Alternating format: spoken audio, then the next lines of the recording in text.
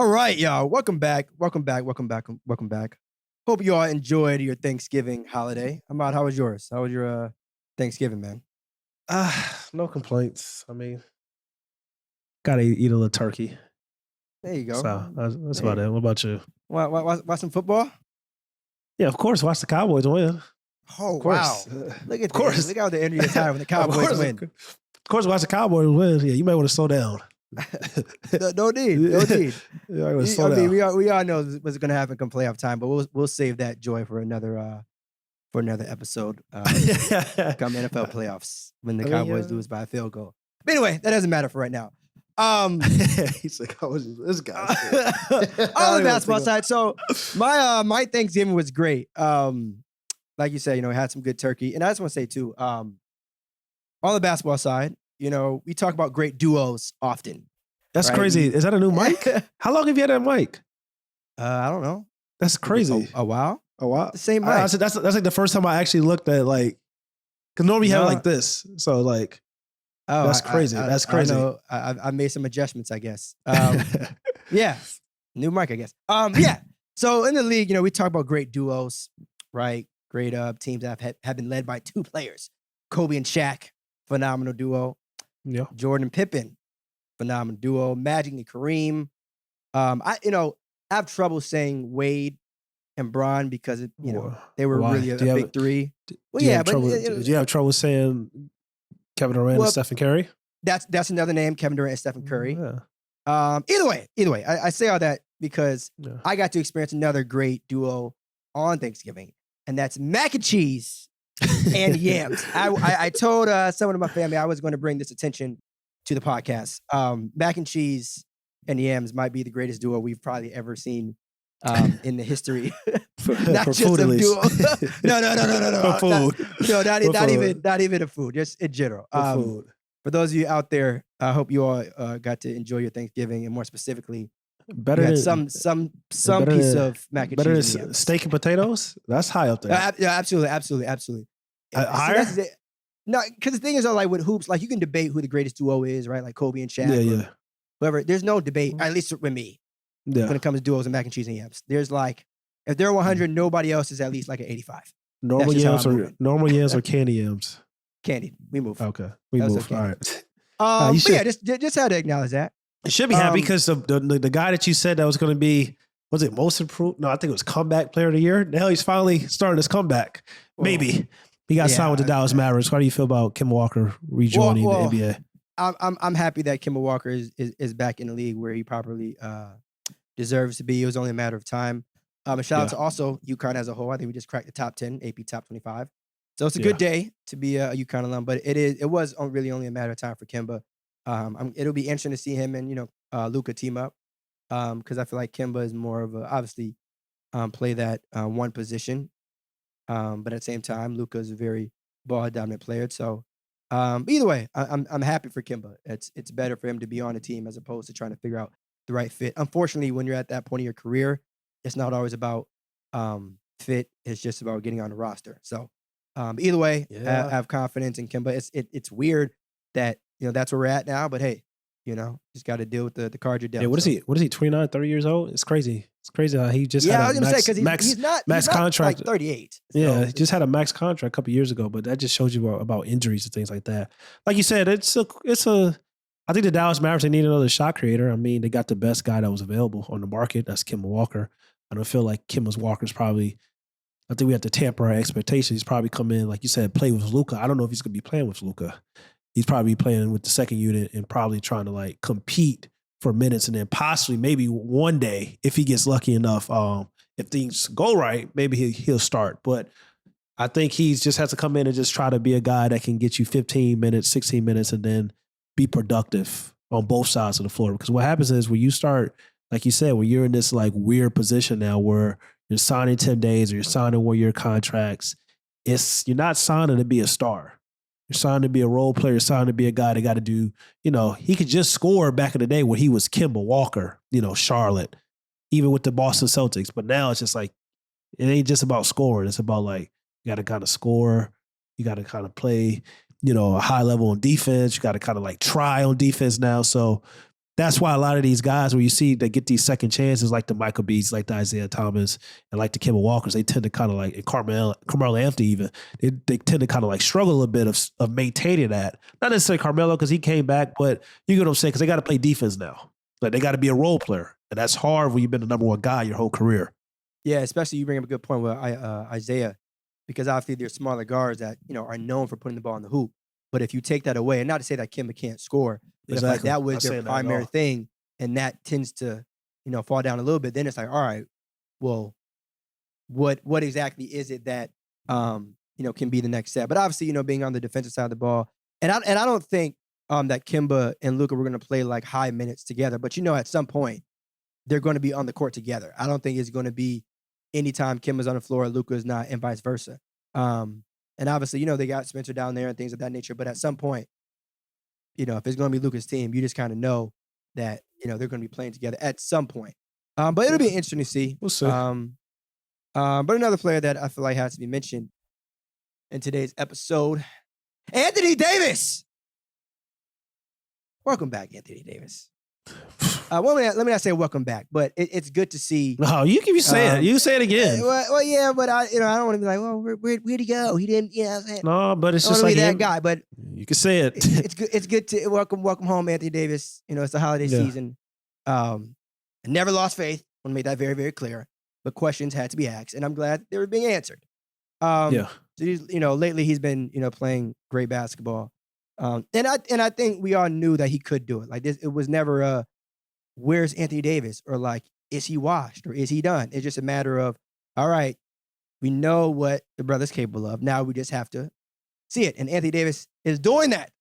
Yeah. So what do you think? Go ahead. No, go ahead. What you gonna say? No, that's some bullshit. Go ahead. No. I just feel Lakers fans start winning. Lakers fans start winning a couple games. Now they start feeling a little joyful. We are in the holiday spirit. Well, yeah, I mean, Anthony Davis, like you said, it's like sometimes you need, I hate to say it, but sometimes you need failure. You need sometimes you need a little adversity.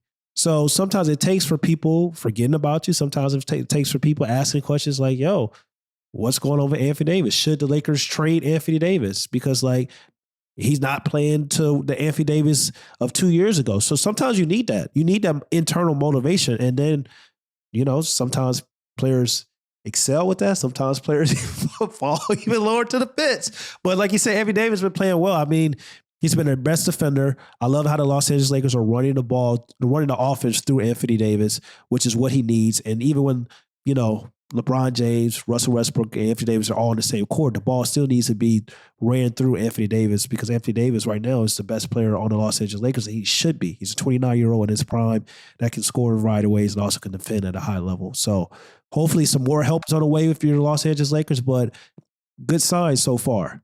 Yeah, and also too, I really dislike the when people think that folks flip-flop once a player starts to play well. You know what I'm saying? It's like, oh, now, you all are talking highly of Anthony Davis. Stay over there.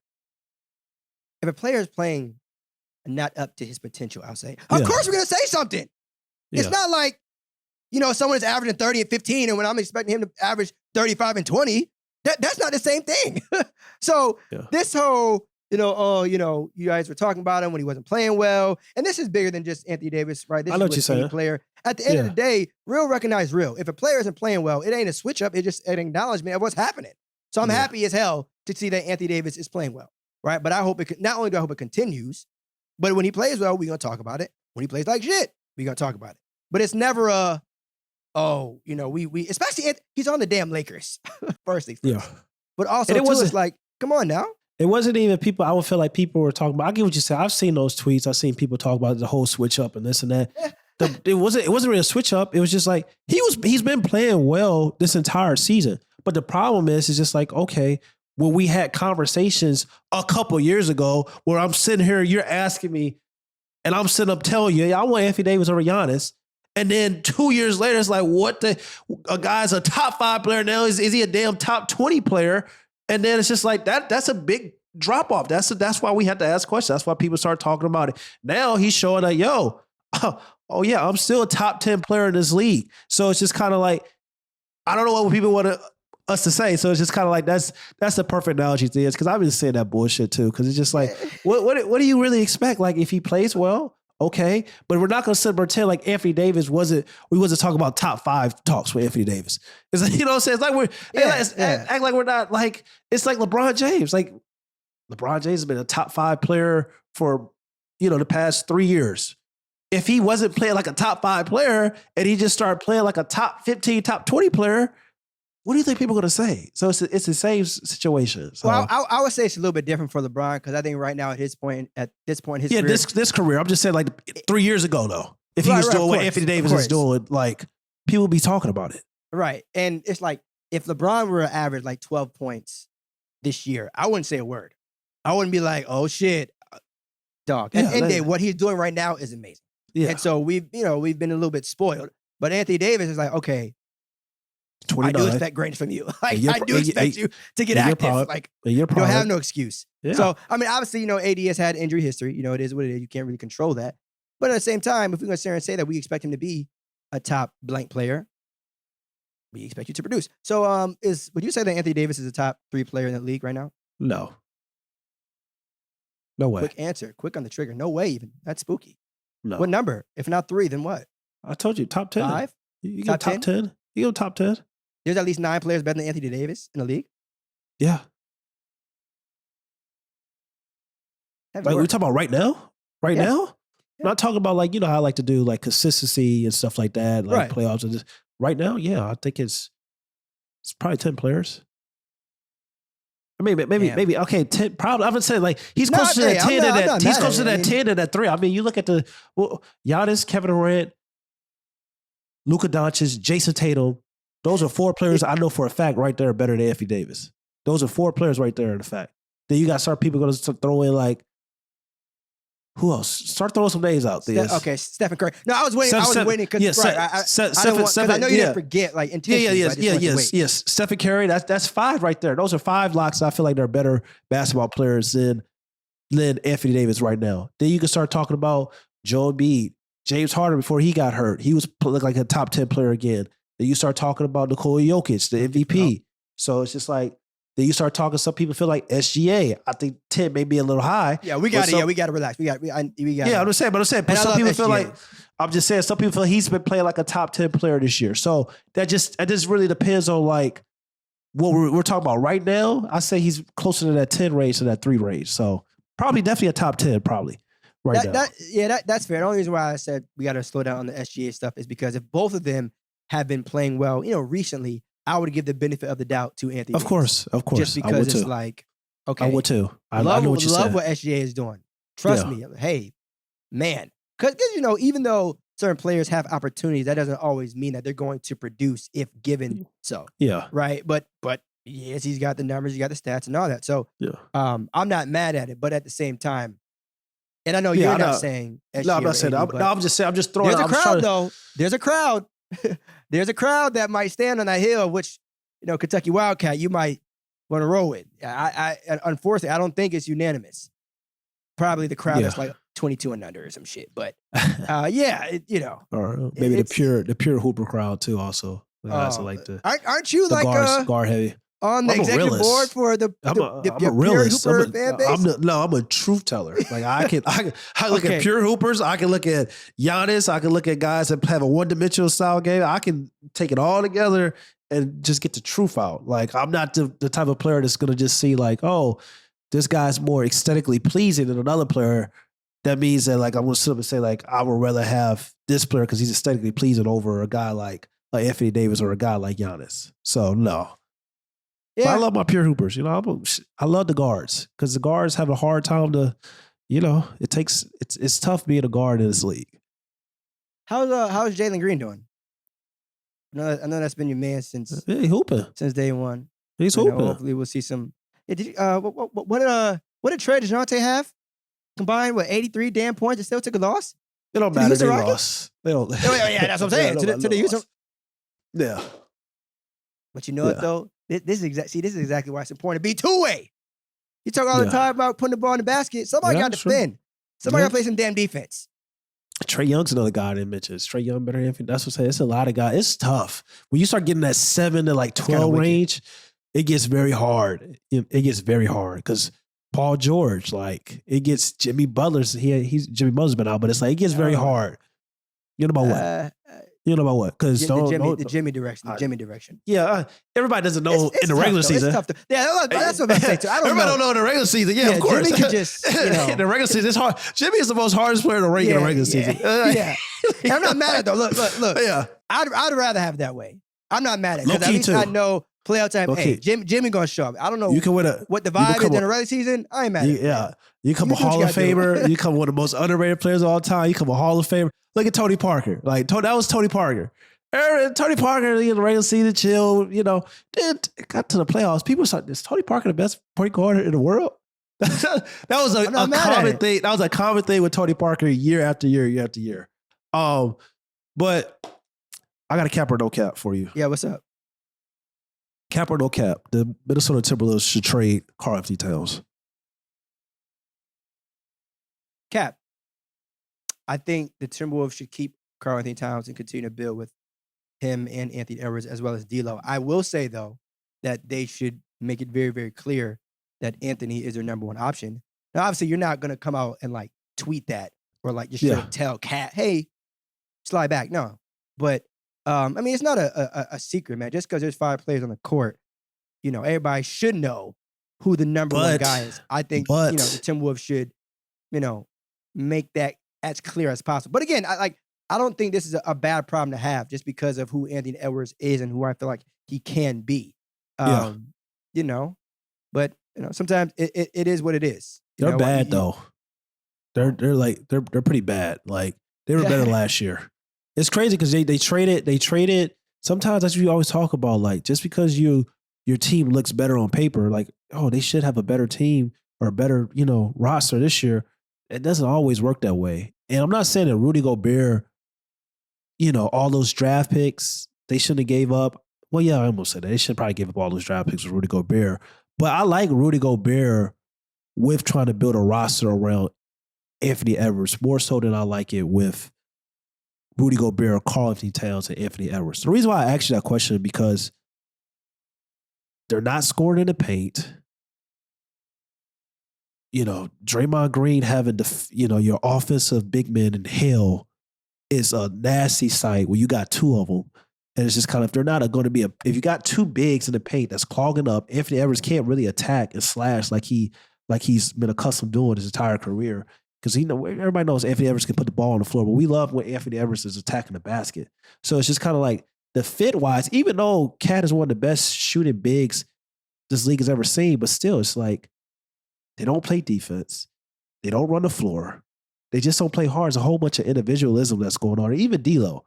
D'Lo's a great player, but D'Lo's problem is like he's a hybrid guard who sometimes wants to be a shoe guard, or sometimes wants to be a point guard. He doesn't know what he wants to be. So it's just kind of like he's in a situation too where it's just kind of like I'm looking at Cat, I'm looking at D'Angelo Russell.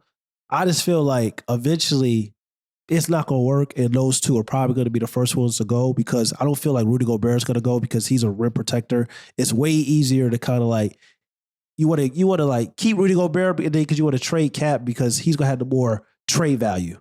So it's a tough situation. I don't know because like you said, it's Anthony Edwards' team, and if it's not going to work with Cat, and if Cat still feels like he's the best, he has to be the number one option, whatever his ego was. I didn't like that whole situation earlier in the year when he came out and he was kind of talking about Anthony Edwards eating Popeyes and all that shit. I thought that was corny. So it's just kind of like you said, they should know, but you know how egos are in the NBA. So it's a tough situation what's going on in Minnesota. Yeah, and I mean, we've seen too, obviously, you mentioned it, the idea of on paper talent. Doesn't always work out to on the court wins. And I mean, he's been there a good little while. And, Cat isn't old or anything like that, but at the same time, he's also not a rookie. But I mean, I think it's still a little too early to kind of pull the trigger and just blow it all up, or at least just with Cat specifically. I mean, obviously, too, it all depends on what the deal is, right? I don't like. I can easily say like, all right, I think they should keep Cat, but I mean, if the deal is something outrageous, they'd be fools not to at least consider it. But at the same time, they do have a solid 2-4 punch, if you will, that I would say is kind of rare in the league nowadays. But it all depends on like what their overall goal is. I will say this, so like I said, above anything else, they need to be very, very clear and firm on Anthony Edwards, is our guy. That is something that I can tell you for a fact should be, and I think they're heading in that direction. But if they trade away Cat, it'll be clear as day. You know what I'm saying? That it is a message in itself on how they would feel about Anthony Edwards. Yeah, I mean, I feel like they need a primary guard to like get easy shots for Anthony Edwards. That's what I'm saying. D'Lo is very because D'Lo's game is very pure. He's a pure we talk about pure hoop. He's a pure hooper. Like he can pass, he can shoot, but it's just like he doesn't know what he wants to be. So it's just kind of like they need a guard that let's just set Anthony Edwards up, and then they probably need I don't know, maybe that's why they were interested in Ben Simmons, a guy that can defend, play the point forward position and stuff like that. Also can get guys open looks. They need something like that.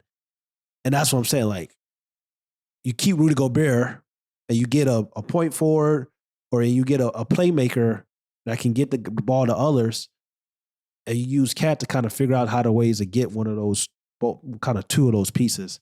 And then you start building around Anthony Edwards because the fit is kind of nasty right now. I think we're starting to realize. You said they had like a 3-punch or 4-punch, but I think we're starting to realize now that it's like in this NBA, the big three is kind of over with.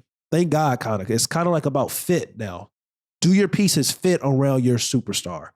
And that's what we're starting to see with a lot of teams. And that's what the Minnesota Timberwolves would be it behooves them to like, yo, let's go out and get the right pieces that fit with Anthony Edwards sooner rather than later. Right. And I mean, with the way Anthony is, I could be completely wrong in saying this, but I don't think he would voice any type of real frustrations.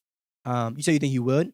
No, I don't think he wouldn't. Okay. I agree with you. Yeah. Yeah, it's like, and obviously again, he's still young, so it ain't like he's been there for 10 years and should say like, all right, we need to do this, this, and this.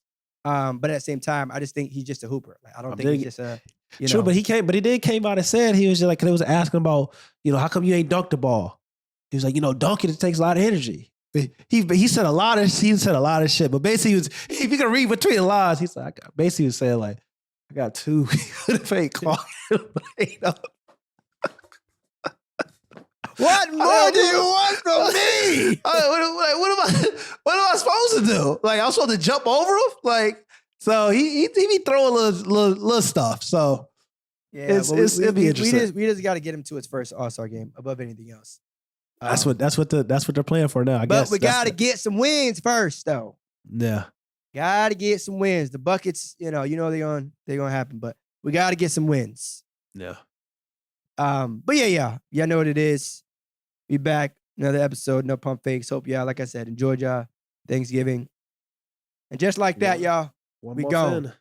Peace.